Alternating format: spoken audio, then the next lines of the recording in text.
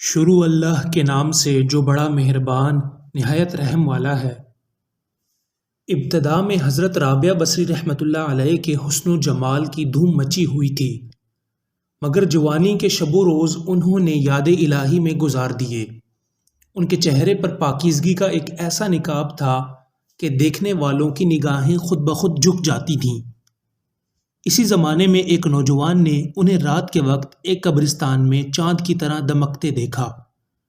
وہ آپ کو کوئی غیر مرئی خیالی مخلوق سمجھ کر بھاگ کھڑا ہوا، لیکن دوسری صبح جب وہی چہرہ اسے بصرہ کے ایک بازار میں نظر آیا تو وہ عقل و خرد سے ہاتھ دھو بیٹھا اور رات دن اسی کے تصور میں رہنے لگا۔ آخر دل کے ہاتھوں مجبور ہو گیا تو لوگوں سے پتہ پوچھتا ہوا حضرت رابعہ کے گھر جا پہنچا۔ آپ کہا کرتی تھیں کہ دل کے دروازے ہمیشہ کھلے رکھو، کیا معلوم محبوب کسی وقت دستک دے دے، مگر گھر کے دروازے بند ہوں یا کھلے ہوں ان کی دانست میں برابر تھے۔ نوجوان کو خلاف توقع ان کا دروازہ کھلا ہوا ملا۔ اس نے اپنی دل کی دھڑکنوں پر بڑی مشکل سے قابو پایا۔ رات کا وقت تھا، اندر چراغ روشن تھا۔ یہ سوچ کر بے باکی سے اندر داخل ہو گیا کہ حال دل سنا دینے میں کیا حرج ہے، زیادہ سے زیادہ انکار ہی تو ہو جائے گا، واپسی کا دروازہ بہرحال کھلا ہوا ہے۔ لیکن جب وہ اندر پہنچا تو وہاں کوئی نہیں تھا، البتہ چھت سے ایسی پرسوز آواز آ رہی تھی جیسے کوئی زیر لب ہجر کا رونا رو رہا ہو۔ نوجوان تیزی سے زینے چڑھ گیا۔ حضرت رابعہ بصریہ عشاء کی نماز سے فارغ ہو کر ثنا خوانی کر رہی تھیں۔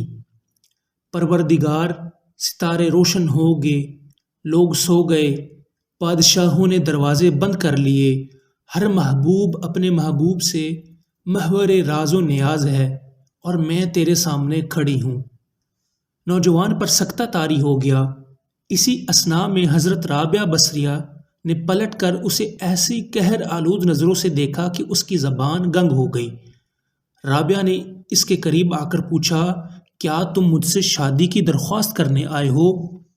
نوجوان نے لرزتے ہوئے ہاتھ سے اپنی زبان کی طرف اشارہ کیا کہ وہ بول نہیں سکتا۔ حضرت رابعہ بصری نے کہا، اس سے پہلے کہ زبان کی طرح تیرا دل بھی چپ ہو جائے تو جس راستے سے آیا ہے اسی راستے سے لوٹ جا۔ نوجوان صرف آنکھوں سے التجا کر سکتا تھا، نیک خاتون میری گویائی مجھے واپس دے دے، میں تیرے مرتبے سے واقف نہیں تھا، مجھ سے غلطی ہوئی، مجھے معاف کر دے۔ لا علمی ہمیشہ قابل معافی ہوتی ہے۔ اس کی خاموش آنسوؤں کے جواب میں حضرت رابعہ بصریہ نے کہا، نوجوان، تو نے اگر مجھ سے کوئی زیادتی کی ہوتی تو میں تجھے یقیناً معاف کر دیتی۔ میں نے خود کو بہت پہلے اپنے رب کے حوالے کر دیا تھا، اب یہ معاملہ تیرے اور رب کے درمیان ہے۔ معافی مانگنا ہے تو اس سے مانگ، تو صدقے دل سے توبہ کرنے کا ارادہ کرے تو شاید توبہ کی خاطر تیری زبان کھل جائے۔ یہ کہہ کر وہ نماز کے لیے کھڑی ہو گئیں۔ نوجوان بھی اختیار سجدے میں گر گیا۔ وہ رو رہا تھا، نامعلوم کب تک روتا رہا۔ جب اسے ہوش آیا تو زبان کھل چکی تھی اور توبہ توبہ کا ورد کر رہی تھی۔ بصرہ کے بازاروں میں سالہ سال تک ایک مجذوب گرمی، جاڑے اور برسات سے بے نیاز ہو کر دیوانہ وار توبہ توبہ کے نعرے لگاتا رہا۔ اس کے نعروں سے بصرہ کی راتیں گونج اٹھتی تھیں اور بچے سہم کے ماؤں کے سینے میں دبک جاتے تھے۔ آخر ایک دن وہ مجذوب اچانک ہی کہیں غائب ہو گیا، پھر کبھی اس کا پتہ نہیں چلا۔